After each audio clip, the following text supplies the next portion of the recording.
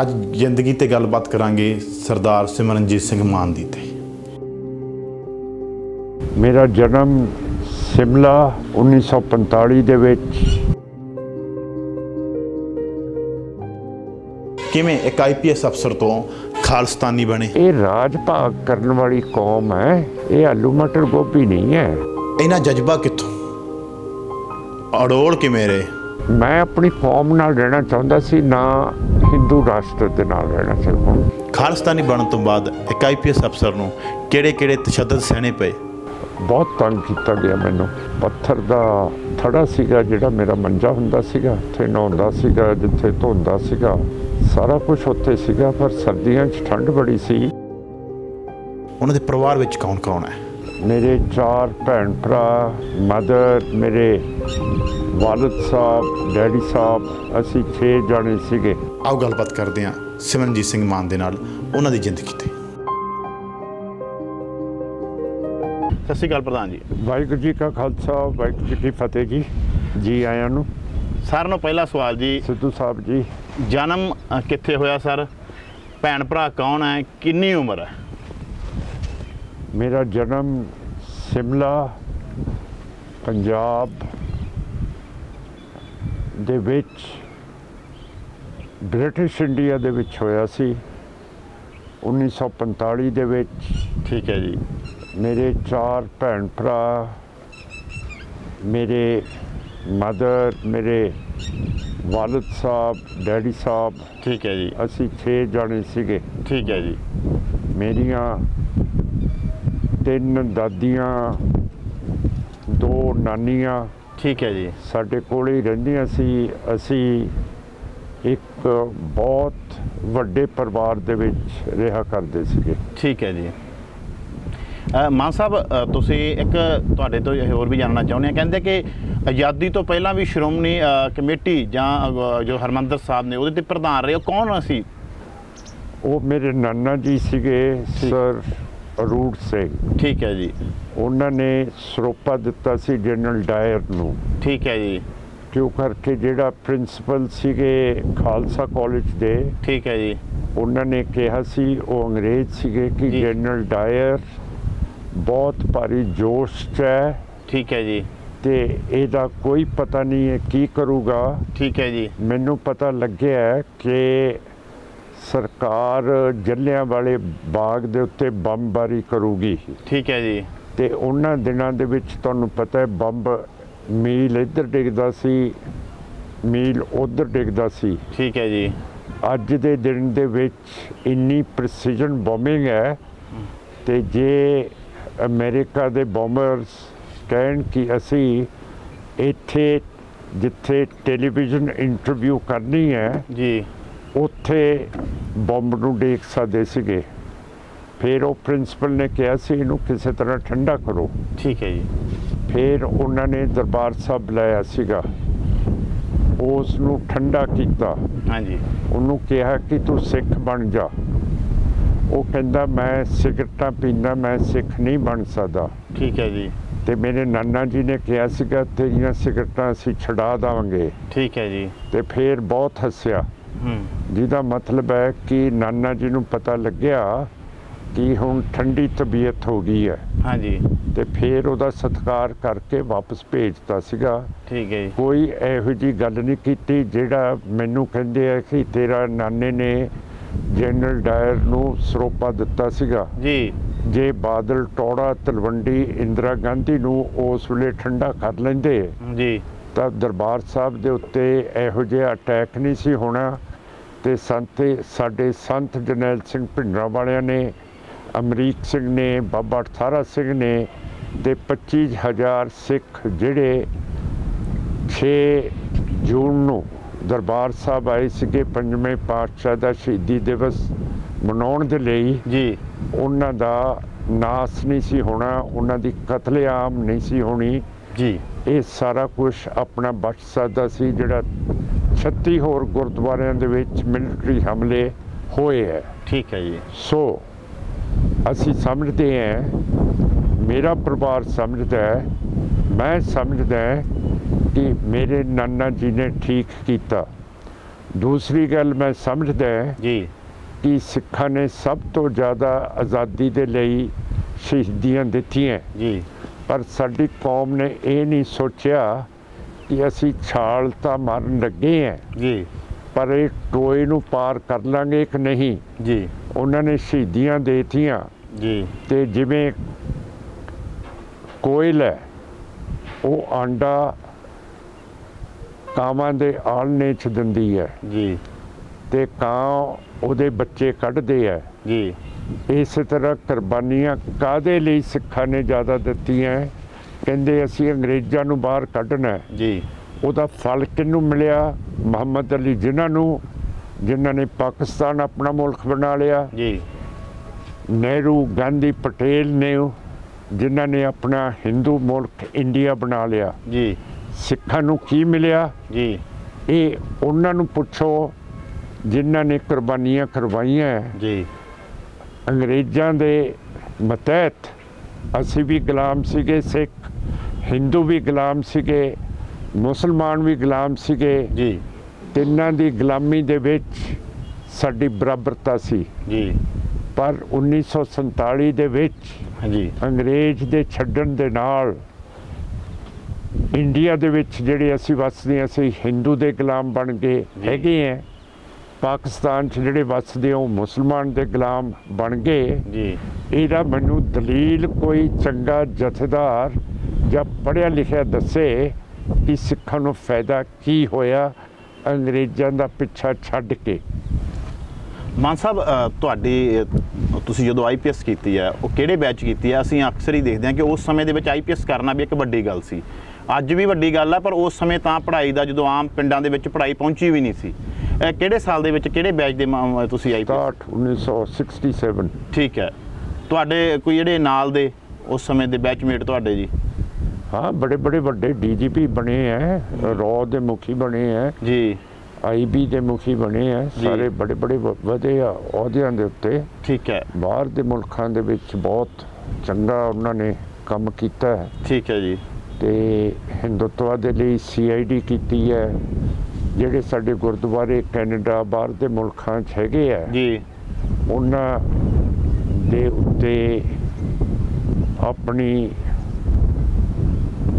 ਯਾਰੀ ਦੋਸਤੀ ਬਣਾ ਕੇ ਰੱਖੀ ਹੈ। ਜੀ ਜਿਹੜੇ ਸਿੱਖ ਉਹਨਾਂ ਦੇ ਹੱਕ 'ਚ ਹੁੰਦੇ ਸੀਗੇ ਉਹਨਾਂ ਨੂੰ ਵੀਜ਼ੇ ਦਵਾ ਦਿੰਦੇ ਸੀਗੇ ਇੰਡੀਆ ਆਉਣ ਨੂੰ। ਜਿਹੜੇ ਉਹਨਾਂ ਦੇ ਹੁਕਮ 'ਚ ਨਹੀਂ ਸੀ ਆਉਂਦੇ ਉਹਨਾਂ ਨੂੰ ਨਹੀਂ ਸੀ ਦਵਾਉਂਦੇ। ਜੀ ਠੀਕ ਹੈ। ਤੇ ਅਸੀਂ ਕੈਨੇਡਾ ਨੂੰ ਵੀ ਪੁੱਛਿਆ, ਅਮਰੀਕਾ ਨੂੰ ਵੀ ਪੁੱਛਿਆ ਕਿ ਜੇ ਇੰਡੀਆ ਦੀਆਂ ਰॉ ਏਜੰਸੀਜ਼ ਤੇ ਇੰਟੈਲੀਜੈਂਸ ਬਿਊਰੋ ਜੀ ਉੱਥੇ ਸਾਡੇ ਗੁਰਦੁਆਰਿਆਂ ਤੇ ਸਿੱਖਾਂ ਦਾ ਪਿੱਛਾ ਕਰਦੇ ਹੈ ਜੀ ਤੇ ਫਿਰ ਤੁਸੀਂ ਇੰਪੀਰੀਅਮ ਇਨ ਇੰਪੀਰੀਓ ਦੇ ਵਿੱਚ ਬਿਲੀਵ ਕਰਦੇ ਹੋ, ਜਿਹਦਾ ਮਤਲਬ ਹੈ ਬਾਦਸ਼ਾਹੀ ਦੇ ਅੰਦਰ ਇੱਕ ਹੋਰ ਬਾਦਸ਼ਾਹੀ। ਜੀ ਕਿ ਇੱਕ ਤਾਂ ਅਮਰੀਕਾ ਦੀ ਬਾਦਸ਼ਾਹੀ ਹੈ, ਪਰ ਕੋਈ ਵੀ ਮੁਲਕ ਦੂਜੀ ਬਾਦਸ਼ਾਹੀ ਨੂੰ ਅੰਦਰ ਥੋੜੀ ਇਹ ਆਉਣ ਦਿੰਦਾ ਹੈ ਜਾਂ ਕੰਮ ਕਰਨ ਦਿੰਦਾ ਹੈ। ਬਿਲਕੁਲ ਨਾ ਕੈਨੇਡਾ ਦੇ ਵਿੱਚ ਵੀ ਇੰਪੀਰੀਅਮ ਇਨ ਇੰਪੀਰੀਓ ਚੱਲ ਰਿਹਾ ਇੰਡੀਆ ਦਾ, ਸਿਰਫ ਸਿੱਖਾਂ ਦੇ ਉੱਤੇ ਨਿਗਰਾਨੀ ਰੱਖਣ ਦਾ। ਠੀਕ ਹੈ। ਵਲਾਇਤ ਦੇ ਵਿੱਚ ਵੀ, ਫਰਾਂਸ ਦੇ ਵਿੱਚ ਵੀ, ਨਿਊਜ਼ੀਲੈਂਡ ਦੇ ਵਿੱਚ ਵੀ, ਆਸਟ੍ਰੇਲੀਆ 'ਚ ਵੀ, ਜੀ ਜਿਹੜੇ ਵੀ ਜਮਹੂਰੀਅਤ ਪਸੰਦ ਮੁਲਕ ਹੈ ਜੀ ਉੱਥੇ ਸਾਡੀ ਰॉ ਤੇ ਆਈਬੀ ਸਾਡੇ ਸਿੱਖਾਂ ਦਾ ਪਿੱਛਾ ਕਰਕੇ ਇਹਨਾਂ ਦਾ ਪਤਾ ਰੱਖਦੀ ਹੈ ਕਿ ਕੀ ਕਰਦੇ ਆ, ਕਿਹਦੇ ਨਾਲ ਚੱਲਦੇ ਹੈ, ਜਿਹੜਾ ਕਿ ਉਹਨਾਂ ਮੁਲਕਾਂ ਦੀ ਜਿਹੜੀ ਸੋਵਰਨਟੀ ਹੈ, ਬਾਦਸ਼ਾਹੀ ਹੈ, ਉਹਦੇ ਵਿੱਚ ਦਖਲ ਅੰਦਾਜ਼ੀ ਦਿੰਦੇ ਹੈ ਤੇ ਉਹ ਮੁਲਕ ਬਰਦਾਸ਼ਤ ਕਰਦੇ ਹੈ, ਜਿਹੜੀ ਇੱਕ ਬਹੁਤ ਸ਼ਰਮਨਾਕ ਚੀਜ਼ ਹੈ। ਸ਼ਰਮਨਾਕ। ਮਾਨ ਸਾਹਿਬ ਜਦੋਂ ਤੁਸੀਂ ਆਈਪੀਐਸ ਬਣੇ ਉਸ ਤੋਂ ਬਾਅਦ ਪੰਜਾਬ ਤੋਂ ਬਿਨਾਂ ਕਿਸੇ ਹੋਰ ਸਟੇਟ ਦੇ ਵਿੱਚ ਵੀ ਡਿਊਟੀ ਦਿੱਤੀ ਹੈ? ਹਾਂ, ਮੈਂ ਬੰਬੇ ਦਿੱਤੀ ਹੈ। ਮੇਰੇ ਕੋਲੇ ਸਾਰਾ ਲਹਿੰਦੇ ਵੱਲ ਦਾ ਇੰਡੀਆ ਮੇਰੇ ਕੋਲੇ ਸੀਗਾ। ਇਹ ਗੋਆ ਤੋਂ ਲੈ ਕੇ ਮੱਧ ਪ੍ਰਦੇਸ਼, ਯੂਪੀ, ਫਿਰ ਗੋਆ, ਬੰਬੇ, ਮਹਾਰਾਸ਼ਟਰ, ਜਿਹੜਾ ONGC ਹੈ ਜੀ, ਤੇਲ ਦਾ, ਜਿੰਨੇ ਵੀ ਉੱਥੇ ਬੰਦਰਗਾਹ ਸੀਗੀਆਂ ਬੰਬੇ ਦੀਆਂ, ਜੀ ਗੋਆ ਦੀਆਂ ਬੰਦਰਗਾਹ, ਤੇ ਜਿਹੜਾ ਆਫਸ਼ੋਰ ਇਹ ਤੇਲ ਨਿਕਲਦਾ ਸੀ ਸਮੁੰਦਰ ਦੇ ਵਿੱਚ, ਠੀਕ ਹੈ ਜੀ, ਉਹਦੀ ਸੁਰੱਖਿਆ ਸਾਰੀ ਮੇਰੇ ਕੋਲੇ ਸੀ। ਜਿਹੜੇ ਪੰਨਾਂ ਦੇ ਵਿੱਚ ਹੀਰੇ ਦੇ ਖਾਨ ਹੈਗੇ ਆ ਜੀ, ਉਹ ਵੀ ਮੇਰੇ ਕੋਲੇ ਸੀਗੇ। ਤੇ ਜਿਹੜੇ ਪੰਜਾਬੀਆਂ ਨੂੰ ਬਹੁਤ ਅੱਛੀ ਗੱਲ ਲੱਗੂਗੀ, ਨੀਮੇ 'ਚ ਜਿੱਥੇ ਫੀਮ ਬਣਦੀ ਹੈ ਉਹ ਵੀ ਮੇਰੇ ਥੱਲੇ ਸੀ। ਤੇ ਜਦੋਂ ਮੈਂ ਉਹਨਾਂ ਦੀ ਫੈਕਟਰੀ ਦੇ ਵਿੱਚ ਜਾਂਦਾ ਸੀਗਾ, ਏਡੀ ਏਡੀ ਫੀਮ ਦੇ ਉੱਤੋਂ ਦੀ ਮੈਂ ਚੱਲਦਾ ਸੀਗਾ। ਜੀ, ਤੇ ਮੈਂ ਕਹਿੰਦਾ ਸੀਗਾ ਕਿ ਮੇਰੇ ਮਾਮਾ ਜੀ ਫੀਮ ਖਾਂਦੇ ਹੈ ਜੀ, ਕਿ ਜੇ ਮੇਰੇ ਬੂਟਾਂ ਨੂੰ ਥੋੜ੍ਹੀ ਜਿਹੀ ਲੱਗ ਜੇ ਮੈਂ ਉਹਨਾਂ ਲਈ ਵੀ ਲੈ ਜਾਊਂਗਾ। ਤੇ ਉੱਥੇ ਏਡੇ ਏਡੇ ਭੰਡਾਰ ਫੀਮ ਦੇ ਸੀਗੇ, ਜੀ, ਜਿਹੜਾ ਸਾਡੇ ਇੱਥੋਂ ਦੇ ਲੋਕ ਜੇ ਦੇਖ ਲੈਣ, ਹਾਂਜੀ, ਉਹਨਾਂ ਦਾ ਮਨ ਐ ਹੋਊਗਾ ਡੋਲ ਜਾਊਗਾ, ਕਿ ਇੱਥੇ ਹੀ ਰਹਿ ਜਾਈਏ। ਇੱਥੇ ਹੀ ਰਹਿ ਜਾਈਏ, ਇੱਥੇ ਰਹਿੰਦਾ ਹੈ। ਅੱਛਾ, ਜਦੋਂ ਤੁਸੀਂ ਇੱਕ IPS ਅਫਸਰ ਤੋਂ ਇੱਧਰ ਜਿਹੜੀ ਸੋਚ ਖਾਲਿਸਤਾਨ ਵਾਲੇ ਪਾਸੇ, ਇਹ ਕਦੋਂ ਮੋੜ ਕੱਟਿਆ ਇਸ ਚੀਜ਼ ਨੇ? ਇਹ ਸਾਹਿਬ ਸਾਡੇ ਪਰਿਵਾਰ 'ਚ ਸ਼ੁਰੂ ਤੋਂ ਸੀ ਜੀ, ਜਦੋਂ ਪਾਕਿਸਤਾਨ ਬਣਿਆ, ਜਦੋਂ ਮੈਨੂੰ ਹੋਸ਼ ਆਈ ਹੈ ਜੀ, ਮੇਰੇ ਜਿਹੜੇ ਬਜ਼ੁਰਗ ਤੇ ਮੇਰੇ ਮਦਰ ਸੀਗੇ, ਜੀ, ਇਹ ਖਾਲਿਸਤਾਨ ਪੱਖੀ ਸੀਗੇ। ਠੀਕ ਹੈ ਪਰ ਇਹਨਾਂ ਤੋਂ ਬਣ ਨਹੀਂ ਹੋਇਆ। ਜੀ, ਕਿਉਂ ਕਰਕੇ ਮੇਰੇ ਜਿਹੜੇ ਬਜ਼ੁਰਗ ਸੀਗੇ ਜੀ, ਉਹ 1937 ਚ MLA ਬਣੇ ਸੀਗੇ। ਜੀ, ਉਹ STPC ਦੇ ਮੈਂਬਰ ਵੀ ਸੀਗੇ। ਜੀ, ਉਹ ਫੌਜ ਦੇ ਵਿੱਚ ਲੈਫਟੀਨੈਂਟ ਕਰਨਲ ਵੀ ਸੀਗੇ। ਜੀ, ਉਹ ਫਰਸਟ ਕਲਾਸ ਮੈਜਿਸਟ੍ਰੇਟ ਵੀ ਸੀਗੇ। ਜੀ, ਉਹ ਰਾਜ ਸਭਾ ਦੇ ਮੈਂਬਰ ਵੀ ਸੀਗੇ। ਜੀ, ਪੰਜਾਬ ਕੈਬਨਿਟ ਦੇ ਮਿਨਿਸਟਰ ਵੀ ਸੀਗੇ। ਜੀ, ਪੰਜਾਬ ਦੇ ਸਪੀਕਰ ਵੀ ਸੀਗੇ। ਜੀ, ਪਰ ਉਹਨਾਂ ਦਾ ਹੌਸਲਾ ਜੇਲ੍ਹ ਜਾਣ ਦਾ ਨਹੀਂ ਸੀਗਾ। ਠੀਕ ਹੈ, ਜੇ ਉਹ ਜੇਲ੍ਹ ਜਾ ਸਕਦੇ ਫਿਰ ਸਾਡੀ ਕੌਮ ਦੀ ਤਕਦੀਰ ਸ਼ਾਇਦ ਤਬਦੀਲ ਹੁੰਦੀ ਤੇ ਅਸੀਂ ਅਲੱਗਾ ਹੁੰਦੇ, ਜਿਵੇਂ ਪਾਕਿਸਤਾਨ ਤੇ ਇੰਡੀਆ ਹੈਗਾ, ਸਿੱਖਾਂ ਦਾ ਵੀ ਅਲੱਗਾ ਘਰ ਹੁੰਦਾ। ਅੱਛਾ, ਉਦੋਂ ਤੇ ਉਸ ਤੋਂ ਬਾਅਦ ਜਦੋਂ ਸੰਤ ਗਿਆਨੀ ਜਰਨੈਲ ਸਿੰਘ ਭਿੰਡਰਾਂ ਵਾਲਿਆਂ ਦਾ ਦੌਰ ਆਇਆ, ਤੁਸੀਂ ਕਿੰਨੇ ਵਾਰ ਉਦੋਂ ਨੌਕਰੀ ਦੌਰਾਨ ਮਿਲੇ ਜਾਂ ਨੌਕਰੀ ਤੋਂ ਬਾਅਦ ਉਹਨਾਂ ਨੂੰ ਮਿਲੇ? ਉਹ ਮੇਰੇ ਜ਼ਿਲ੍ਹੇ 'ਚ ਹੀ ਤਾਂ ਸੀਗੇ। ਠੀਕ ਹੈ, ਰੋਡਾ ਪਿੰਡ ਆ ਤੁਹਾਡੇ ਆਉਂਦਾ ਫਰੀਦਕੋਟ ਜ਼ਿਲ੍ਹੇ ਦਾ ਇੱਕ ਪਿੰਡ ਸੀਗਾ ਤੇ ਸੰਤ ਜਰਨੈਲ ਸਿੰਘ ਭਿੰਡਰਾਂ ਵਾਲੇ ਸਾਡੇ ਪਿੰਡ ਦੇ ਸੀਗੇ। ਠੀਕ ਹੈ ਜੀ। ਤੇ ਜਦੋਂ ਨਿਰੰਕਾਰੀਆਂ ਦਾ ਹਾਦਸਾ ਹੋਇਆ ਜੀ, ਉਦੋਂ ਉਹਨਾਂ ਨੂੰ ਸੱਟ ਬੜੀ ਲੱਗੀ ਸੀਗੀ ਜੀ, ਤੇ ਉਹ ਮੈਨੂੰ ਮਿਲਣ ਆਏ ਸੀਗੇ ਜੀ, ਤੇ ਉਹਨਾਂ ਨੇ ਸਾਰੀ ਗੱਲਬਾਤ ਦੱਸੀ ਸੀਗੀ। ਜੀ, ਤੇ ਮੈਨੂੰ ਕੋਈ ਖਾਬ ਆਇਆ ਜਾਂ ਮੈਂ ਸੋਚਿਆ ਜੀ, ਕਿ ਇਹ ਸ਼ਖਸੀਅਤ ਹੈ ਜਿਹੜੇ ਖਾਲਿਸਤਾਨ ਦੇ ਲਈ ਖੜ ਜਾਣਗੇ। ਤੇ ਮੈਂ ਕਿਹਾ ਕਿ ਬਾਬਾ ਜੀ, ਜਿਹੜੀ ਤੁਹਾਨੂੰ ਇਮਦਾਦ ਚਾਹੀਦੀ ਹੈ, ਕੁਛ ਵੀ ਹੈ, ਉਹ ਹਮੇਸ਼ਾ ਮੇਰੇ ਵੱਲੋਂ ਤੇ ਮੇਰੇ ਪਰਿਵਾਰ ਵੱਲੋਂ ਤੁਹਾਨੂੰ ਹਾਜ਼ਰ ਹੋਊਗੀ। ਜੀ, ਉਦੋਂ ਤੁਸੀਂ ਨਾਲ। ਅੱਛਾ, ਉਸ ਤੋਂ ਬਾਅਦ ਫਿਰ ਨੌਕਰੀ ਛੱਡਣ ਦਾ ਫੈਸਲਾ ਉਹ ਕਦੋਂ ਹੋਇਆ? ਉਹ ਜਦੋਂ ਬਲੂ ਸਟਾਰ ਹੋਇਆ 6 ਜੂਨ ਨੂੰ। ਠੀਕ ਹੈ ਜੀ। ਤੇ ਮੈਂ ਸਮਝਿਆ, ਮੈਂ ਪਿੰਡ ਆਇਆ ਹੋਇਆ ਸੀਗਾ ਸਰਕਾਰੀ ਕੰਮ ਤੇ। ਜੀ। ਤੇ ਮੈਂ ਆਪਣੇ ਟਿਊਬਵੈਲ ਤੇ ਨਹਾ ਰਿਹਾ ਸੀਗਾ ਜਦੋਂ BBC ਨੇ ਦੱਸਿਆ ਕਿ ਸੰਤ ਜਰਨੈਲ ਸਿੰਘ ਤੇ ਦਰਬਾਰ ਸਾਹਿਬ ਦੇ ਉੱਤੇ ਬਹੁਤ ਹਮਲਾ ਹੋਇਆ ਜੀ ਤੇ ਸੰਤ ਜਰਨੈਲ ਸਿੰਘ ਸ਼ਹੀਦ ਹੋ ਗਏ ਹੈ ਜੀ। ਤੇ ਪਹਿਲੀ ਵਾਰੀ ਮੈਂ ਜਦ ਦਾ ਇਹ ਉਮਰ ਦਾ ਹੋਇਆ ਜੀ, ਮੇਰੀਆਂ ਅੱਖਾਂ 'ਚੋਂ ਆਂਸੂ ਡਿੱਗੇ ਸੀਗੇ। ਤੇ ਫਿਰ ਮੈਂ ਸੋਚਿਆ ਕਿ ਸਾਡੇ ਜਿਹੜਾ ਪਰਿਵਾਰ ਹੈ ਇਹਦੀ ਹਿਸਟਰੀ 1775 ਤੋਂ ਸ਼ੁਰੂ ਹੁੰਦੀ ਹੈ। ਠੀਕ ਹੈ ਜੀ। ਸਰਦਾਰ ਸਰਜਾ ਸਿੰਘ ਜਿਹੜੇ ਸਾਡੇ ਬਜ਼ੁਰਗ ਸੀਗੇ, ਠੀਕ ਹੈ ਜੀ, ਉਹ ਸੀਗੇ ਸਰਦਾਰ ਮਹਾਰਾਜਾ ਰਣਜੀਤ ਸਿੰਘ ਦੇ ਦਾਦਾ ਜੀ ਦਾ ਨਾਮ ਚਤਰ ਸਿੰਘ ਸੀਗਾ। ਚਤਰ ਸਿੰਘ ਉਹਨਾਂ ਦੇ ਨਾਲ ਸੀਗੇ ਜੀ। ਫਿਰ ਜਦੋਂ ਉਹ ਸੁਰਗਵਾਸ ਹੋ ਗਏ ਫਿਰ ਮਹਾ ਸਿੰਘ ਜਿਹੜੇ ਮਹਾਰਾਜਾ ਰਣਜੀਤ ਸਿੰਘ ਦੇ ਬਾਪੂ ਜੀ ਸੀਗੇ ਉਹਨਾਂ ਨਾਲ ਰਹੇ ਜੀ। ਫਿਰ 1799 ਦੇ ਵਿੱਚ ਜਦੋਂ ਮਹਾਰਾਜਾ ਰਣਜੀਤ ਸਿੰਘ ਤੇ ਅਸੀਂ ਲਾਹੌਰ ਦੇ ਵਿੱਚ ਵੜੇ ਆ, ਕਬਜ਼ਾ ਕੀਤਾ ਜੀ, ਤੇ ਸਰਦਾਰ ਸਰਜਾ ਸਿੰਘ ਉਹਨਾਂ ਦੇ ਨਾਲ ਸੀਗੇ ਜੀ। ਤੇ ਮੇਰਾ ਖਿਆਲ ਹੈ कि साडा परिवार शायद पहले सिखां चों होऊगा जिन्हां ने अमृत छकिया हैगा। ठीक है। सो मैं सोचिया कि जे साडी कौम ने इन्ना कुछ साडे परिवार नूं खानदान नूं दिता है जी तो फिर हुण मौका हैगा कि वो जिहड़ा कर्जा है उहनूं जी। वापस करिए। जी। सो मैं इस्तीफा देता अपनी कौम के बदले ठीक है। IPS तो। ਅਸਤੀਫਾ ਦਿੱਤਾ। ਅਸਤੀਫਾ ਦੇਣ ਤੋਂ ਬਾਅਦ ਫਿਰ ਕਿਹੜੇ ਪਾਸੇ ਵੱਲ ਨੂੰ ਤੁਰੇ ਤੇ ਕਿਹੜੀਆਂ ਸਮੱਸਿਆਵਾਂ ਉਦੋਂ ਫਿਰ ਸ਼ੁਰੂ ਹੋ ਗਈਆਂ? उस तो बाद मेरे पिछे स्टेट लग गई, मैनू लभ रही सीगी जी। रिबेरो साडा डायरैक्टर जनरल ऑफ पुलिस सीगा जी बॉम्बे दा, जी जिहड़ा बाद दे विच बॉम्बे आया, जिन्हें कहा कि यह बुलेट फॉर बुलेट इन्हें यह झूठे मुकाबले सिखां दे नाल करने शुरू करते। जी ते कवलजीत सिंह साडे उस वेले डिप्टी होम मिनिस्टर सीगे। जी। फिर रिबेरो दे नाल जांदे हुंदे सीगे ਇਹ ਮੰਡ ਦੇ ਏਰੀਏ ਦੇ ਵਿੱਚ ਜਿੱਥੇ ਸਾਡੇ ਫਰੀडम ਫਾਈਟਰ ਸੀਗੇ जी ਤੇ ਉੱਥੋਂ ਇਹ ਥੱਲੇ ਨਿਸ਼ਾਨੇ ਲਾਉਂਦੇ ਹੁੰਦੇ ਸੀਗੇ ਦੋਨੋਂ ਜਾਣੇ ਹੈਲੀਕਾਪਟਰ ਤੋਂ ठीक है जी। ਸਿੱਖਾਂ ਦੇ ਉੱਤੇ। ਤੇ ਇਸ ਤਰ੍ਹਾਂ ਦਾ ਇਹ ਸਾਰਾ ਕੁਝ ਮੈਂ ਦੇਖਿਆ ਹੈਗਾ। ਇਹ ਸਟੇਟ ਪਿੱਛੇ ਲੱਗ ਗਈ ਸਟੇਟ ਤੇ ਉਦੋਂ ਬਾਅਦ ਫਿਰ ਜਿਵੇਂ ਅਸੀਂ ਸੁਣਦੇ ਹਾਂ ਕਿ ਤੁਹਾਡੇ ਨਾਲ ਤਸ਼ੱਦਦ ਬੜੇ ਹੋਏ ਆ। ਤਸ਼ੱਦਦ ਦੀ ਸ਼ੁਰੂਆਤ ਫਿਰ ਕਿੱਥੋਂ ਹੋਈ? ਸ਼ੱਦਤ ਦੀ ਸ਼ੁਰੂ ਹੋਈ ਭਰਤਪੁਰ ਜੇਲ੍ਹ ਚੋਂ। ਠੀਕ ਹੈ ਜੀ। ਜਿੱਥੇ ਮੇਰੇ ਤੇ ਤਸ਼ੱਦਦ ਕੀਤੀ ਗਈ ਤੇ ਬਹੁਤ ਤੰਗ ਕੀਤਾ ਗਿਆ ਮੈਨੂੰ। ਠੀਕ ਹੈ ਜੀ। ਤੇ ਮੇਰਾ ਛੋਟਾ ਜਿਹਾ ਸੈੱਲ ਸੀਗਾ ਤੇ ਉਹਦੇ ਉੱਤੇ ਪੱਥਰ ਦਾ ਥੜਾ ਸੀਗਾ ਜਿਹੜਾ ਮੇਰਾ ਮੰਜਾ ਹੁੰਦਾ ਸੀਗਾ ਜੀ। ਉਹਦੇ ਵਿੱਚ ਹੀ WC ਸੀ ਜਿੱਥੇ ਮੈਂ ਜੰਗਲ ਪਾਣੀ ਜਾਂਦਾ ਸੀ, ਜਿੱਥੇ ਨਹਾਉਂਦਾ ਸੀਗਾ, ਜਿੱਥੇ ਧੋਂਦਾ ਸੀਗਾ, ਜੀ ਸਾਰਾ ਕੁਝ ਉੱਥੇ ਸੀਗਾ। ਪਰ ਸਰਦੀਆਂ 'ਚ ਠੰਡ ਬੜੀ ਸੀ ਜੀ। ਤੇ ਮੈਨੂੰ ਇੱਕ ਦਰੀ ਮਿਲੀ ਹੋਈ ਸੀ ਤੇ ਉਹ ਗੰਦਾ ਜਿਹਾ ਜੇਲ੍ਹ ਦਾ ਕੰਬਲ। ਜੀ।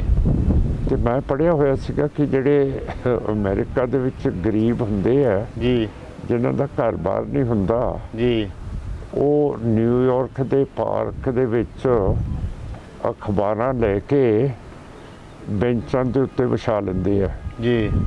ਤੇ ਉਹਦੇ ਉੱਤੇ ਫਿਰ ਕੁਛ ਨਾ ਕੁਛ ਲੈ ਕੇ ਸੌਂਦੇ ਆ ਤੇ ਅਖਬਾਰਾਂ ਰੱਖਣ ਦੇ ਨਾਲ ਥੱਲਿਓਂ ਠੰਡ ਨਹੀਂ ਉੱਤੇ ਚੜ੍ਹਦੀ। ਠੀਕ ਹੈ। ਸੋ ਜਿਹੜਾ ਮੈਨੂੰ ਕੋਈ ਚੀਜ਼ ਆਉਂਦੀ ਸੀਗੀ ਉਹ ਅਖਬਾਰਾਂ ਨੂੰ ਮੈਂ ਲਿਫਾਫੇ ਨੂੰ ਫਾੜ ਕੇ ਚੰਗੀ ਤਰ੍ਹਾਂ ਤਹਿ ਲਾ ਕੇ ਆਪਣੇ ਖੇਸ ਦੇ ਥੱਲੇ ਰੱਖ ਦਿੰਦਾ ਸੀਗਾ। ਠੀਕ ਹੈ। ਤੇ ਰਾਤ ਨੂੰ ਮੈਂ ਠੰਡੇ ਪਾਣੀ 'ਚ ਸੌਂਦਾ ਸੀਗਾ, ਠੰਡੇ ਪਾਣੀ 'ਚ ਨਹਾਉਂਦਾ ਸੀਗਾ। ਠੀਕ ਹੈ ਜੀ। ਜਿਹਦੇ ਨਾਲ ਥੋੜ੍ਹੀ ਜਿਹੀ ਗਰਮੈਸ਼ ਆ ਜਾਂਦੀ ਸੀਗੀ। ਜੀ। ਫਿਰ ਮੈਂ ਛੇਤੀ ਦਿਨੇ ਆਪਣੇ ਆਪ ਨੂੰ ਪੂੰਝ ਕੇ ਮੈਂ ਕੰਬਲ ਲੈ ਕੇ ਪੈ ਜਾਂਦਾ ਸੀਗਾ। ਉਮਰ ਕਿੰਨੀ ਸੀ ਉਦੋਂ ਤੁਹਾਡੀ? 84 ਤੇ 1943 'ਚ ਕਿੰਨੀ ਉਮਰ ਸੀਗੀ ਮੇਰੀ? 90 ਲਗਭਗ 39 ਸਾਲ। ਤੁਸੀਂ 49 ਸਾਲ। ਇਹ ਤਾਂ ਤੁਸੀਂ ਜਾਓ, ਤੁਸੀਂ ਹਾਂ। ਹਿਸਾਬ ਕਿਤਾਬ ਕਰੋ। 39 ਸਾਲ ਹੀ ਬਣੀ। ਤੁਸੀਂ ਅਰਿਥਮੈਟਿਕ ਨਹੀਂ ਪੜ੍ਹੀ? 39 ਸਾਲ ਹੀ ਬਣੀ ਆ ਤੁਹਾਡੀ ਉਮਰ। ਤੇ ਅੱਛਾ 39 ਸਾਲ ਦੀ ਉਮਰ ਦੇ ਵਿੱਚ ਇਹ ਕੰਮ ਸ਼ੁਰੂ ਹੋ ਗਿਆ ਤੁਹਾਡੇ ਨਾਲ, ਤੇ ਫਿਰ ਚੱਲਿਆ ਕਿੰਨਾ ਚਿਰ ਕਿ ਚੱਲਦਾ ਹੀ ਆਉਂਦਾ? ਇਹ ਅੱਜ ਤੱਕ ਚੱਲਦਾ ਹੁੰਦਾ ਹੈ ਨਾ। Tribune, Indian express, Times of India, Hindustan Times, ਜੀ ਆਈਏ ਇਹ UNA, UNI, PTI ਜੀ ਮੇਰੀ ਖਬਰ ਨਹੀਂ ਲਾਉਂਦੀਆਂ ਕਿਉਂਕਿ ਇਹਨਾਂ ਨੂੰ ਹਿੰਦੁੱਤਵਾਦੀ ਸਰਕਾਰ ਕਹਿੰਦੀ ਹੈ ਜੀ ਕਿ ਜਿਵੇਂ ਇੱਕ ਸੀਰੀਅਸ ਕੋਵਿਡ ਬਿਮਾਰ ਨੂੰ ਆਕਸੀਜਨ ਦੇਣਾ ਪੈਂਦਾ ਨਾ, ਜੀ ਇਸੇ ਤਰ੍ਹਾਂ ਜੇ ਸਿਮਰਨਜੀਤ ਸਿੰਘ ਮਾਨ ਦਾ ਬਿਆਨ ਤੁਸੀਂ ਆਪਣੀਆਂ ਅਖਬਾਰਾਂ 'ਚ ਛਾਪੋਗੇ ਜੀ ਫਿਰ ਇਸ ਦੀ ਸੋਚ ਨੂੰ ਤੁਸੀਂ ਆਕਸੀਜਨ ਦੇ ਰਹੇ ਹੋ, ਜੀ ਜਿਹੜੀ ਹਿੰਦੂ ਰਾਜ ਤੇ ਹਿੰਦੂਤਵ ਦੇ ਲਈ ਬਹੁਤ ਹਾਨੀਕਾਰਕ ਹੈ। ਠੀਕ ਹੈ ਜੀ। ਤੁਸੀਂ ਕਲਕੱਤੇ ਤੋਂ ਨੇਪਾਲ ਵੱਲ ਗਏ, ਬਾਰਡਰ ਪਾਰ ਕਰਨਾ ਸੀ। ਬਾਰਡਰ ਪਾਰ ਕਰਨ ਦਾ ਕੀ ਕਾਰਨ ਸੀ ਤੇ ਕਿਹਨੂੰ ਮਿਲਣਾ ਸੀ? ਇਹ ਤਾਂ ਨਹੀਂ ਮੈਂ ਦੱਸਦਾ ਕਿਹਨੂੰ ਮਿਲਣਾ ਸੀਗਾ, ਕਿਉਂ ਕਰਕੇ ਅਜੇ ਉਹ ਚੀਜ਼ਾਂ ਜੇ ਖੁਫੀਆ ਰਹਿ ਜਾਣ ਤਾਂ ਠੀਕ ਹੈ। ਠੀਕ ਹੈ ਜੀ। ਤੇ ਮੈਂ ਆਪਣੀ ਜਾਨ ਬਚਾਉਣ ਤੇ ਇਹ ਸਿੱਖ ਲਹਿਰ ਨੂੰ ਥੋੜ੍ਹਾ ਜਿਹਾ ਹਲੂਣਾ ਦੇਣ ਦੇ ਲਈ ਹਾਂਜੀ ਬਾਹਰ ਚੱਲਿਆ ਸੀਗਾ। ਬਾਹਰ ਚਲੇ ਸੀਗੇ। ਤਿਹਾੜ ਜੇਲ੍ਹ ਦੇ ਵਿੱਚ ਵੀ ਰਹੇ ਹੋ ਹਾਂ, ਤਿਆਰ ਕਿੰਨਾ ਸਮਾਂ? ਕਦੇ 1 ਮਹੀਨਾ, ਕਦੇ 2 ਮਹੀਨੇ, ਫਿਰ ਮੈਨੂੰ ਭਾਗਲਪੁਰ ਵਾਪਸ ਭੇਜ ਦਿੰਦੇ ਸੀਗੇ। ਉਧਰ ਭੇਜ ਦਿੰਦੇ ਸੀ। ਕੁੱਲ ਜੇ ਸਮਾਂ ਤੁਸੀਂ ਲਾਇਆ ਕਦੇ ਵੀ, ਕਿੰਨਾ ਸਮਾਂ ਜੇਲ੍ਹ ਦੇ ਵਿੱਚ ਬਤੀਤ ਕੀਤਾ? 5 ਸਾਲ। 5 ਸਾਲ। 1984 ਤੋਂ 1999 ਜਦੋਂ ਸਿੱਖ ਕੌਮ ਨੇ ਮੈਨੂੰ ਫਾਂਸੀ ਤੋਂ ਛਡਾਤਾ ਤੇ ਵੋਟਾਂ ਪਾ ਕੇ ਮੈਨੂੰ ਰਿਹਾ ਕਰਾਤਾ। ਜੀ, ਫਾਂਸੀ ਦੀ ਫਾਂਸੀ ਹੋਣੀ ਸੀ ਤੁਹਾਨੂੰ? ਤੇ ਹੋਰ ਕੀ ਹੋਣਾ ਸੀਗਾ ਮੈਨੂੰ। ਠੀਕ ਹੈ। ਤੇ ਫਿਰ ਉਹ ਵੋਟਾਂ ਪਾ ਕੇ ਕਿਵੇਂ, ਉਹ ਵੀ ਗੱਲ ਥੋੜੀ ਸਮਝਾਇਓ ਸਾਨੂੰ। ਹਾਂ, ਵੋਟਾਂ ਪਾ ਕੇ ਸਰਕਾਰ ਪਲਟ ਗਈ ਰਾਜੀਵ ਗਾਂਧੀ ਦੀ। ਠੀਕ ਹੈ ਜੀ। ਵੋਟਾਂ ਦਾ ਅਸਰ ਬਹੁਤ ਹੁੰਦਾ ਹੈ ਜੀ। ਤਦੇ ਤਾਂ ਮੈਨੂੰ ਹਰਾ ਦਿੰਦੇ ਆ ਹਰੇਕ ਵਾਰੀ ਕਿ ਇਹ ਕਿਤੇ ਇਹ ਅਸੈਂਬਲੀ ਪਾਰਲੀਮੈਂਟ ਨਾ ਪਹੁੰਚ ਜੇ। ਠੀਕ ਹੈ ਜੀ। ਸਾਰਾ ਹਿੰਦੁਤਵਾ ਇੰਡੀਅਨ ਸਟੇਟ ਜਿਹੜੀ ਨਿਊਕਲੀਅਰ ਪਾਵਰ ਹੈ ਜੀ, ਇਹ ਛੋਟੀ ਪਾਵਰ ਤਾਂ ਨਹੀਂ ਹੈ ਜੀ। ਤਦੇ ਤਾਂ ਸਾਡੇ ਮਹਾਰਾਜਾ ਪਟਿਆਲਾ, ਇਹ ਬਾਦਲ ਸਾਹਿਬ, ਹੋਰ ਸਾਹਿਬ ਬੀਜੇਪੀ ਦੇ ਨਾਲ ਰਲ ਗਏ ਹੈ ਕਿ ਹਕੂਮਤ ਨਾਲ ਰਹੀਏ ਤਾਂ ਸਾਡਾ ਜਿਹੜਾ ਇਹ ਲੈਣਾ ਦੇਣਾ ਬਚ ਜੂਗਾ। ਹਾਂ, ਬੜੀ ਵੱਡੀ ਤਾਕਤ ਹੈ ਜੀ। ਇਹ ਪਤਾ ਨਹੀਂ ਤੁਹਾਡੀ ਇੰਟਰਵਿਊ ਵੀ ਥਰੂ ਜਾਣ ਦੇਊਗੀ ਕਿ ਨਹੀਂ। ਅੱਛਾ, ਇੱਧਰ ਪੰਜਾਬ ਦੇ ਕਿਹੜੇ ਰਾਜਨੀਤਿਕ ਲੋਕਾਂ ਨਾਲ ਤੁਹਾਡੀਆਂ ਰਿਸ਼ਤੇਦਾਰੀਆਂ ਜੀ? ਰਿਸ਼ਤੇਦਾਰੀਆਂ ਤਾਂ ਸਾਰਿਆਂ ਨਾਲ ਹੀ ਹੈ। ਮੁੱਖ ਜੇ ਨਾਂ ਲੈਣੇ ਹੋਣ? ਸਾਰੇ ਨਾਲ ਹੈ ਜੀ, ਕਿਸੇ ਨਾਲ ਨਹੀਂ ਹੈ। ਸਾਰਿਆਂ ਨਾਲ ਹੀ ਹੈ? ਹਾਂ, ਸਾਰੇ ਨਾਲ ਹੈ। ਕੈਪਟਨ ਅਮਰਿੰਦਰ ਸਿੰਘ ਨਾਲ? ਉਹਨਾਂ ਨਾਲ ਵੀ ਹੈ। ਜਦੋਂ ਬਲੂ ਸਟਾਰ ਹੋਇਆ ਉਹ ਵੀ ਪਾਸੇ ਹਟ ਗਏ ਸੀ, ਉਹਨਾਂ ਨੇ ਵੀ ਕਹਿੰਦੇ ਅਸਤੀਫਾ ਦੇ ਦਿੱਤਾ ਸੀਗਾ। ਫਿਰ ਉਹ ਤੁਸੀਂ ਇੱਧਰ ਚੱਲ ਪਏ ਪੱਕੇ ਤੌਰ ਤੇ, ਉਹ ਬਦਲਦੇ ਰਹੇ ਸਮੇਂ ਤੇ। ਕੀ ਲੱਗਦਾ ਤੁਹਾਨੂੰ ਇਸ ਚੀਜ਼ ਤੇ, ਕੀ ਲੱਗਦਾ? ਦੇਖੋ, ਇਹ ਔਰੰਗਜ਼ੇਬ ਨੇ ਆਪਣਾ ਬਾਪ ਸ਼ਾਹਜਹਾਨ ਇਹ ਆਗਰੇ ਦੇ ਕਿਲੇ ਦੇ ਵਿੱਚ ਕੈਦ ਕਰਤਾ ਸੀਗਾ ਜੀ, ਹੈ ਨਾ ਜੀ। ਸੋਚ ਤਾਂ ਭਰਾਵਾਂ ਦੀ ਵੀ ਅਲੱਗ ਹੋ ਸਕਦੀ ਹੈ, ਪਿਓ ਤੇ ਬੱਚੇ ਦੀ ਵੀ ਅਲੱਗ ਹੋ ਸਕਦੀ ਹੈ, ਨਹੀਂ? ਵਿਚਾਰ ਵੱਖੋ ਵੱਖਰੇ ਸੀ। ਹਾਂ, ਵੱਖੋ ਵੱਖਰੇ ਵਿਚਾਰ। ਸਮਝਣੇ ਵਾਲੇ ਸਮਝ ਜਾਂਦੇ ਆ। ਹੁਣ ਤੁਹਾਨੂੰ ਦੱਸਦਾ ਦਿੱਤਾ ਕਿ ਔਰੰਗਜ਼ੇਬ ਨੇ ਹਾਂਜੀ ਆਪਣੇ ਬਾਪ ਸ਼ਾਹਜਹਾਨ ਨੂੰ ਵੀ ਆਗਰੇ ਦੇ ਕਿਲੇ 'ਚ ਬੰਦ ਕਰਤਾ ਸੀ। ਜੀ। ਮਾਨ ਸਾਹਿਬ, ਜਿਹੜਾ ਕਿਰਪਾਨ ਵਾਲਾ ਰੌਲਾ ਪੈਂਦਾ ਉਹਦੇ ਤੇ ਕਹਿੰਦੇ ਆ ਕਿ ਕਈ ਲੋਕ ਕਹਿੰਦੇ ਆ ਕਿ ਜਿਤਾ ਕੇ ਭੇਜਿਆ ਸੀ ਮਾਨ ਸਾਹਿਬ ਨੂੰ, ਪੂਰੀ ਬਹੁਮਤ ਦਿੱਤੀ ਸੀ, ਸਾਰਾ ਕੁਝ ਦਿੱਤਾ ਸੀ, ਕਿਰਪਾਨ ਦੇ ਮਸਲੇ ਤੇ ਕਹਿੰਦੇ ਅੜ ਗਏ। ਉਹ ਕੀ ਕਾਰਨ ਸੀ? ਉਹ ਤਾਂ ਜੀ ਇਹ ਗਵਰਨਮੈਂਟ ਆਫ ਇੰਡੀਆ ਨੇ, SGPC ਨੇ, ਗਵਰਨਮੈਂਟ ਆਫ ਇੰਡੀਆ ਦੇ ਦਲਾਲ ਜਿਵੇਂ ਟੋੜਾ ਸਾਹਿਬ ਸੀ, ਉਹਨਾਂ ਨੇ ਕਿਹਾ ਕਿ ਸਿਮਰਨਜੀਤ ਸਿੰਘ ਮਾਨ ਨੇ ਕਿਰਪਾਨ ਦੇ ਨਾਲ ਜਾ ਕੇ ਕੀ ਪਾਰਲੀਮੈਂਟ ਦੇ ਵਿੱਚ ਗੱਤਕਾ ਖੇਡਣਾ ਜੀ। ਹੁਣ ਕਕਾਰਾਂ ਦੇ ਵਿੱਚੋਂ ਕਿਰਪਾਨ ਇੱਕ ਹੈ ਸਾਡੀ ਕਕਾਰ, ਇਹ ਰਾਜ ਭਾਗ ਦੀ ਨਿਸ਼ਾਨੀ ਹੈ ਜੀ। ਜਦੋਂ ਮੁਗਲ ਹਕੂਮਤ ਸੀਗੀ ਉਦੋਂ ਕੋਈ ਵੀ ਗੈਰ ਮੁਸਲਮਾਨ ਕਿਰਪਾਨ ਨਹੀਂ ਸੀ ਫੜ ਸਕਦਾ, ਬਾਜ ਦੇ ਨਾਲ ਸ਼ਿਕਾਰ ਨਹੀਂ ਸੀ ਖੇਡ ਸਕਦਾ, ਘੋੜੇ ਦੀ ਸਵਾਰੀ ਨਹੀਂ ਸੀ ਕਰ ਸਕਦਾ। ਤੇ ਇਹ ਸਾਰੀਆਂ ਜਿਹੜੀਆਂ ਕਲਗੀ ਨਹੀਂ ਸੀ ਪਹਿਨ ਸਕਦਾ ਜੀ, ਇਹ ਸਾਰੀਆਂ ਚੀਜ਼ਾਂ 6ਵੇਂ ਪਾਤਸ਼ਾਹ ਨੇ ਸਾਨੂੰ ਦਿੱਤੀਆਂ ਜੀ। ਇਹ ਰਾਜ ਭਾਗ ਕਰਨ ਵਾਲੀ ਕੌਮ ਹੈ ਜੀ, ਹੈ ਨਾ? ਇਹ ਆਲੂ ਮਟਰ ਗੋਭੀ ਨਹੀਂ ਹੈ, ਇਹ ਰਾਜ ਕਰਨ ਵਾਲੀ ਕੌਮ ਹੈ।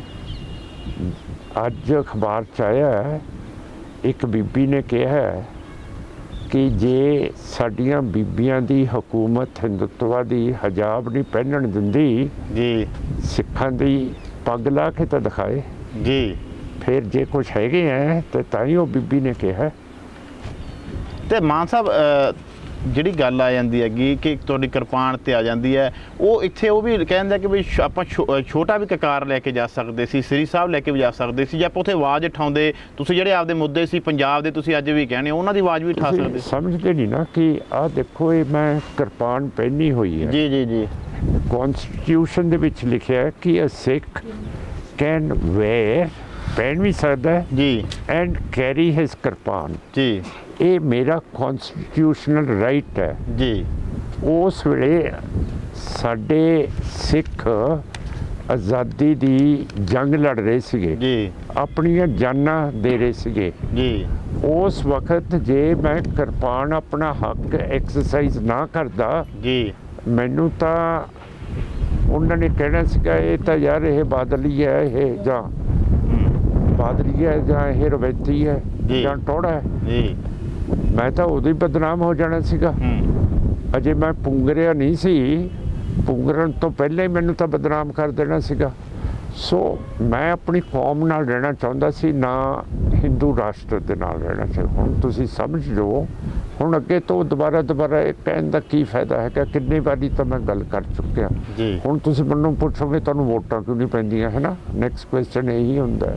ਹਾਂ। ਮੈਨੂੰ ਜ਼ਲੀਲ ਕਰਨ ਦਾ ਜੀ ਪਹਿਲਾਂ ਤਾਂ ਕਿਰਪਾਨ ਦੇ ਨਾਲ ਜ਼ਲੀਲ ਕਰਦੇ ਹੋ ਤੁਸੀਂ ਇਹ ਸਵਾਲ ਕਰਦੇ ਆ ਜੀ ਹਾਂ ਅਸੀਂ ਜਲੀਲ ਨਹੀਂ ਕਰਦੇ ਤੁਹਾਨੂੰ ਇਹ ਦੁਬਾਰਾ ਹੁਣ 40 ਸਾਲਾਂ ਤੋਂ ਇਹ ਜ਼ਲਾਲਤ ਹੀ ਹੋ ਗਈ ਨਾ ਜੀ। ਕਿ ਸਵਾਲ ਹੀ ਉਹੀ ਪੁੱਛਣਾ ਕਿਰਪਾਨ ਦਾ ਤੇ ਤੁਹਾਨੂੰ ਵੋਟਾਂ ਨਹੀਂ ਪੈਂਦੀਆਂ ਇਹ ਪੇਟੈਂਟ ਕੁਐਸਚਨਸ ਹੋ ਗਏ ਹੈ ਜੀ ਹੁਣ ਇਹਨਾਂ ਨੂੰ ਛੱਡ ਦਿਓ ਮਹਾਰਾਜ ਜੀ ਇਹ ਜੇ ਨਹੀਂ ਪੈਂਦੇ ਤੇ ਮੇਰੀ ਤਕਦੀਰ ਹੈ ਤੇ ਇਹ ਮੈਂ ਤਾਂ ਸਿੱਖ ਕੌਮ ਦੇ ਨਾਲ ਰਹਿਣਾ ਹੀ ਰਹਿਣਾ ਪਏ ਨਾ ਪਏ ਬਸ ਮਾਨ ਸਾਹਿਬ ਜਦੋਂ ਤੁਸੀਂ ਐਸਐਸਪੀ ਸੀ ਪ੍ਰਕਾਸ਼ ਸਿੰਘ ਬਾਦਲ ਸੀਐਮਬੀ ਸੀ ਕਹਿੰਦੇ ਤੁਹਾਡੀ ਬੜੀ ਲਿਹਾਜ਼ ਹੁੰਦੀ ਸੀ ਹਾਂ ਬੜੀ ਲਿਹਾਜ਼ ਸੀ ਉਹ ਮੇਰਾ ਚੀਫ ਮਿਨਿਸਟਰ ਸੀਗਾ ਸਰਵਿਸ ਦੇ ਮੁਤਾਬਕ ਮੈਨੂੰ ਪੂਰੀ ਵਫਾਦਾਰੀ ਦਿਖਾਉਣੀ ਪੈਂਦੀ ਸੀ ਤੇ ਮੈਂ ਕਰਦਾ ਸੀਗਾ ਬਾਦਲ ਸਾਹਿਬ ਦੀ ਤੇ ਬਾਦਲ ਸਾਹਿਬ ਨੂੰ ਤਾਂ ਕੋਈ ਪਤਾ ਹੈ ਨਹੀਂ ਸੀਗਾ ਕਿ ਕਿਵੇਂ ਰਾਜ ਕਰੀਦਾ ਜੀ ਜਿਵੇਂ ਪ੍ਰਾਈਮ ਮਿਨਿਸਟਰ ਦੀ ਸਿਕਿਉਰਿਟੀ ਹੈ ਜੀ ਇਹੋ ਜਿਹੀ ਸਿਕਿਉਰਿਟੀ ਦਾ ਪ੍ਰਬੰਧ ਮੈਂ ਕਰਦਾ ਸੀਗਾ ਵਿੱਚ ਐਂਬੂਲੈਂਸ ਚੱਲਦੀ ਸੀਗੀ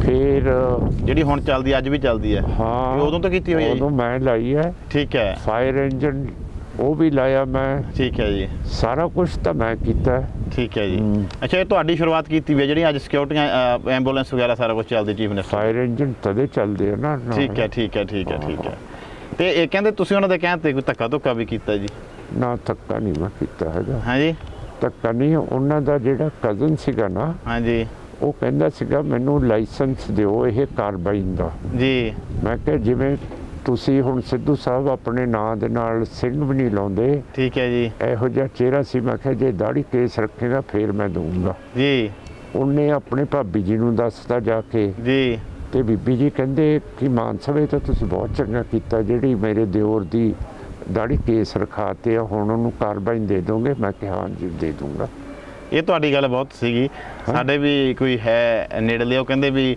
ਬਾਦਲ ਸਾਹਿਬ ਉਦੋਂ ਐਸਐਸਪੀ ਕੋਲ ਪਾਵਰ ਹੁੰਦੀ ਸੀ ਮਾਨ ਸਾਹਿਬ ਭਰਤੀ ਕਰਨ ਦੀ ਸਾਰਾ ਕੁਝ ਐਸਐਸਪੀ ਕੋਲ ਹਾਂਜੀ ਹੁਣ ਤਾਂ ਤੁਸੀਂ ਦੱਸੋ ਤੁਸੀਂ ਸਿੰਘ ਕਿਉਂ ਨਹੀਂ ਲਾਉਂਦੇ ਇਹ ਜਿਹੜੇ ਪੱਤਰਕਾਰ ਨੇ ਜੀ ਇਹ ਆਪਣੇ ਨਾਂ ਦੇ ਪਿੱਛੇ ਜਿਵੇਂ ਗੁਰਬਚਨ ਜਗਤ ਹੈ ਜੀ ਤੇ ਹੋਰ ਮੈਂ ਕਈ ਦੇਖੇ ਇਹ ਸਿੰਘ ਕਿਉਂ ਨਹੀਂ ਲਾਉਂਦੇ ਤੁਸੀਂ ਕਾਮਰੇਡ ਨਹੀਂ ਹਾਂ ਫਿਰ ਤੁਹਾਨੂੰ ਹਿੰਦੁਤਵਾ ਕੋਈ ਰਿਆਇਤ ਕਰ ਦਿੰਦੀ ਹੈ ਕਿ ਜੇ ਤੁਸੀਂ ਸਿੰਘ ਡਾ ਦੋਗੇ ਤੇ ਤੁਹਾਨੂੰ ਮੇਰਾ ਮਤਲਬ ਆਉਣ ਜਾਣ ਦਾ ਕਿਤੇ ਫਾਇਦਾ ਹੋ ਜਾਊਗਾ ਨਹੀਂ ਉਹ ਕੋਈ ਫਾਇਦਾ ਨਹੀਂ ਹੁੰਦਾ ਪਾਸਪੋਰਟ ਛੇਤੀ ਮਿਲ ਜੂਗਾ ਜਾਂ ਵੀਜ਼ਾ ਛੇਤੀ ਮਿਲ ਜੂਗਾ ਕੁਝ ਪਰ ਸਿੰਘ ਦਾ ਦੱਸੋ ਨਾ ਮੈਂ ਅੱਜ ਤੁਹਾਡੇ ਨਾਲ ਵੀ ਮੈਂ ਇੰਟਰਵਿਊ ਜਿਹੜੀ ਤੁਸੀਂ ਮੇਰੀ ਦਿਲ ਤੋਂ ਦਿਲ ਕਰ ਰਹੇ ਹੋ ਨਾ ਜੀ ਇਹ ਮੈਨੂੰ ਦੱਸੋ ਕਿ ਜਿਹੜੇ ਕਾਫੀ ਕੋਰਸਪੋਂਡੈਂਸ ਤੇ ਤੁਹਾਡੇ ਅਖਬਾਰ ਨਵੀਸ ਹੈ ਜੀ ਜਿਹੜੇ ਆਪਣੇ ਨਾਂ ਦੇ ਪਿੱਛੇ ਸਿੰਘ ਨਹੀਂ ਲਾਉਂਦੇ ਜਾਂ ਪਿੰਡ ਦਾ ਨਾਂ ਲਾ ਲੈਂਦੇ ਆ ਜਾਂ ਆਪਦਾ ਗੋਤ ਲਾ ਲੈਂਦੇ ਆ ਸਿੰਘ ਨਹੀਂ ਨਾ ਲਾਉਂਦੇ ਸਿੰਘ ਨਹੀਂ ਲਾਉਂਦੇ ਇਹ ਕੀ ਤੁਹਾਨੂੰ ਸੰਗ ਆਉਂਦੀ ਹੈ ਕਿ ਸਿੱਖ ਨਾ ਕਿਤੇ ਮੈਨੂੰ ਕੋਈ ਕਹਿ ਦੇ ਕਿਉਂ ਕਰਕੇ ਹਕੂਮਤ ਹੈ ਜਿਹੜੀ ਜੀ ਜੀ ਜੀ ਜੀ ਉਹ ਤਾਂ ਹਿੰਦੂ ਹੈ ਜੀ ਤੇ ਹਿੰਦੂ ਹਕੂਮਤ ਦੇ ਵਿੱਚ ਕੋਈ ਵੀ ਕੀ ਹੋਵੇ ਜੀ ਹੁਣ ਬਰਤਾਨੀਆ ਦੀ ਹਕੂਮਤ ਸੀਗੀ ਜੀ ਜੀ ਜੀ ਅਸੀਂ ਸਾਰੇ ਸੂਟ ਵੇਸਟਕੋਟ ਨੈਕਟਾਈ ਲਾ ਕੇ ਰੱਖਦੇ ਸੀਗੇ ਜੀ ਜੀ ਜੀ ਜੀ ਸਾਰੇ ਉਹਨਾਂ ਦੇ ਫੈਸ਼ਨ ਜਿਹੜੇ ਸੀਗੇ ਕਰਦੇ ਸੀਗੇ ਜੀ ਜੀ ਜੀ ਤੇ ਜੇ ਹਿੰਦੂਤਵਾ ਦੀ ਹਕੂਮਤ ਹੈ ਜੀ ਫਿਰ ਕੁਛ ਨਾ ਕੁਛ ਤਾਂ ਸਿੱਧੂ ਸਾਹਿਬ ਹੋਣਾ ਜਿਹੜਾ ਤੁਸੀਂ ਲੋਕ ਸਿੰਘ ਨਹੀਂ ਲਾਉਂਦੇ ਆਪਣੇ ਨਾਂ ਤੋਂ ਬਾਅਦ ਨਹੀਂ ਉਹ ਅਜਿਹਾ ਕੁਝ ਨਹੀਂ ਜੀ ਪਰ ਲਾਇਆ ਕਰਾਂਗੇ ਕੋਈ ਗੱਲ ਮਾਨ ਸਾਹਿਬ ਅੱਜ ਤੁਹਾਡੀ ਗੱਲ ਵੀ ਅਸੀਂ ਮੰਨ ਲੈਂਦੇ ਹਾਂ ਕਿ ਅੱਜ ਤੋਂ ਮਨਿੰਦਰਜੀਤ ਸਿੰਘ ਸਿੱਧੂ ਕਿਹਾ ਕਰਾਂਗੇ ਹਾਂ ਮੇਰਾ ਮਤਲਬ ਮੈਨੂੰ ਲੱਗਦਾ ਹੈ ਕਿ ਜਿਵੇਂ ਅਸੀਂ ਅੰਗਰੇਜ਼ਾਂ ਦੇ ਰਾਜ ਦੇ ਵਿੱਚ ਅੰਗਰੇਜ਼ਾਂ ਦੇ ਇਹ ਖਾਣਾ ਪੀਣਾ ਉਸੇ ਤਰ੍ਹਾਂ ਕਾਂਟਾ ਛੁਰੀ ਚਮਚੇ ਪਲੇਟਾਂ ਨੈਕਟਾਈ ਵਧੀਆ ਸੂਟ ਹਾਂ ਪਹਿਨਣ ਲੱਗ ਪਏ ਸੀਗੇ ਹਾਂਜੀ ਜਦ ਦਾ ਹਿੰਦੂ ਰਾਜ ਆਇਆ ਸਾਡੇ ਸਿੱਖ ਇੱਕ ਤਾਂ ਸਿਰ ਮੂੰਹ ਬਣਾ ਦਿੰਦੇ ਆ ਹਾਂਜੀ ਤੇ ਇੱਕ ਇਹ ਫਿਰ ਸਿੰਘ ਨਹੀਂ ਲਾਉਂਦੇ ਆਪਣੇ ਨਾਂ ਥੱਲੇ। ਇਹ ਜਿਹੜੀ ਇਹ ਮਿਸਟਰੀ ਹੈ ਨਾ, ਹਾਂਜੀ ਇਹ ਜ਼ਰੂਰ ਕੱਢ ਕੇ ਦਿਓ ਮੈਨੂੰ। ਨਹੀਂ ਇਹ ਸਾਨੂੰ ਵੀ ਨਹੀਂ ਇਹਦੇ ਹਜੇ ਬਾਰੇ ਪਤਾ, ਪਰ ਜਿਹੜੀ ਅਸੀਂ ਤੁਹਾਡੀ ਗੱਲ ਜ਼ਰੂਰ ਮੰਨਾਂਗੇ। ਉਹ ਮੰਨ ਤਾਂ ਲਓਗੇ ਪਰ ਦਲੀਲ ਨਾਲ ਮੰਨੂ ਨਾ। ਨਹੀਂ ਦਲੀ ਮਾਨ ਸਾਹਿਬ ਇੱਕ ਸਵਾਲ ਜਿਹੜਾ ਹੁਣ ਤਾਜ਼ਾ ਘਟਨਾ ਹੋਈ ਹੈ ਦੀਪ ਸਿੱਧੂ ਤੇ ਹੈ, ਜੋ ਦੀਪ ਸਿੱਧੂ ਦਾ ਘਟਨਾਕ੍ਰਮ ਵਾਪਰਿਆ ਉਹਦੇ ਤੇ ਇੱਕ ਸਵਾਲ ਹੈ ਕਿ ਦੀਪ ਸਿੱਧੂ ਨੂੰ ਸੰਤ ਜਰਨੈਲ ਸਿੰਘ ਭਿੰਡਰਾਂ ਵਾਲਿਆਂ ਦਾ ਕਈ ਅੱਧੀ ਫੋਟੋ ਉਹਨਾਂ ਦੀ ਲਗਾ ਕੇ ਅੱਧੀ ਫੋਟੋ ਉਹਦੀ ਲਗਾ ਕੇ ਕਈ ਕਹਿ ਰਹੇ ਆ ਕਿ ਸੰਤ ਜਰਨੈਲ ਸਿੰਘ ਭਿੰਡਰਾਂ ਦੇ ਰੂਪ ਹੈ, ਉਹਨਾਂ ਨਾਲ ਕੰਪੈਰੀਜ਼ਨ ਕੀਤਾ ਜਾ ਰਿਹਾ। ਕੀ ਕੀਤਾ ਜਾ ਸਕਦਾ ਸੰਤ ਜਰਨੈਲ ਸਿੰਘ ਭਿੰਡਰਾਂ ਵਾਲਿਆਂ ਨਾਲ? ਇਹ ਤਾਂ ਜਿਹੜਾ ਤੁਸੀਂ ਸਵਾਲ ਪੁੱਛਿਆ ਇਹਦਾ ਜਵਾਬ ਤੁਸੀਂ ਆਪ ਦਿਓ, ਕਿਉਂ ਕਰਕੇ ਮੈਂ ਐਡਾ ਮੁਸ਼ਕਲ ਜਵਾਬ ਨਹੀਂ ਦੇ ਸਕਦਾ, ਕਿਉਂ ਕਰਕੇ ਮੈਨੂੰ ਇੰਨਾ ਇਹ ਅਜੇ ਵਾਹਿਗੁਰੂ ਤੋਂ ਇੰਨਾ ਗਿਆਨ ਪ੍ਰਾਪਤ ਨਹੀਂ ਹੋਇਆ ਹੈਗਾ।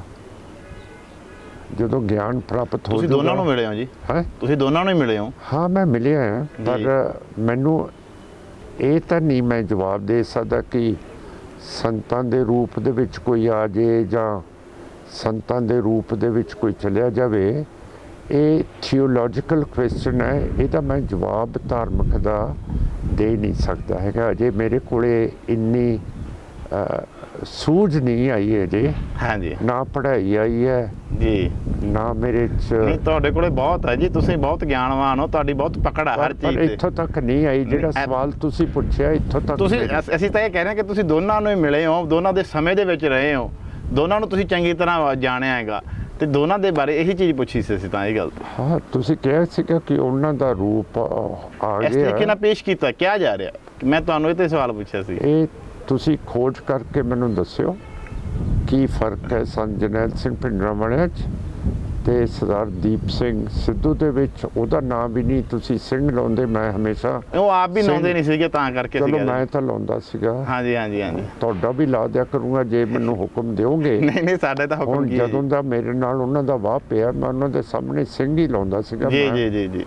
ਹਾਂ ਮਾਨ ਸਾਹਿਬ ਬਹੁਤ ਬਹੁਤ ਧੰਨਵਾਦ, ਤੁਸੀਂ ਸਮਾਂ ਦਿੱਤਾ, ਤੁਹਾਡਾ ਸਮਾਂ ਕੀਮਤੀ ਹੈ, ਤੁਸੀਂ ਅੱਗੇ ਵੀ ਜਾਣਾ ਤੇ ਬੜੀਆਂ ਵਧੀਆ ਗੱਲਾਂ ਹੋਈਆਂ, ਬੜੀ ਜਾਣਕਾਰੀ ਮਿਲੀ ਤੁਹਾਡੇ ਜੀਵਨ ਬਾਰੇ। ਬਹੁਤ ਬਹੁਤ ਧੰਨਵਾਦ ਜੀ। ਤਾਂ ਗੱਲਬਾਤ ਕੀਤੀ ਸਿਮਰਨਜੀਤ ਸਿੰਘ ਮਾਨ ਜੀ ਦੇ ਨਾਲ, ਤਾਂ ਉਹਨਾਂ ਦਾ ਕਹਿਣਾ ਉਹਨਾਂ ਦੇ ਜੀਵਨ ਪ੍ਰਤੀ ਜੋ ਸਵਾਲ ਸੀ, ਕਦੋਂ ਉਹ IPS ਦੀ ਨੌਕਰੀ ਜੁਆਇਨ ਕੀਤੀ, ਕਦੋਂ ਕਿਹੜੇ ਕਾਰਨਾਂ ਕਰਕੇ ਛੱਡੀ, ਕਿਸ ਤਰੀਕੇ ਦੇ ਨਾਲ ਇਹ ਲਹਿਰ ਨਾਲ ਜੁੜੇ ਤੇ ਕਿਵੇਂ ਅੱਜ ਤੱਕ ਬਰਕਰਾਰ ਹੈ, ਤਾਂ ਉਹਨਾਂ ਨੇ ਇਸ ਚੀਜ਼ ਦਾ ਹਰ ਇੱਕ ਚੀਜ਼ ਦਾ ਬੜੇ ਖੁੱਲ੍ਹੇ ਤਰੀਕੇ ਦੇ ਨਾਲ ਬੜੇ ਵੱਡੇ ਜਵਾਬ ਦਿੱਤੇ। ਹਰ ਇੱਕ ਚੀਜ਼ ਦਾ ਕੋਈ ਚੀਜ਼ ਪੱਖ ਲੁਕਿਆ ਨਹੀਂ ਰਿਹਾ ਲੱਗਦਾ ਹੈ, ਤੇ ਜੇਕਰ ਕੋਈ ਲੁਕਿਆ ਵੀ ਰਿਹਾ ਤਾਂ ਅਸੀਂ ਉਹਨਾਂ ਤੋਂ ਫਿਰ ਸਮਾਂ ਲਵਾਂਗੇ ਤੇ ਫਿਰ ਚਰਚਾ ਕਰਾਂਗੇ। ਹੁਣ ਮੈਨੂੰ ਦਿਓ ਇਜਾਜ਼ਤ, ਦੇਖਦੇ ਰਹੋ ਲੋਕਵਾਈ TV।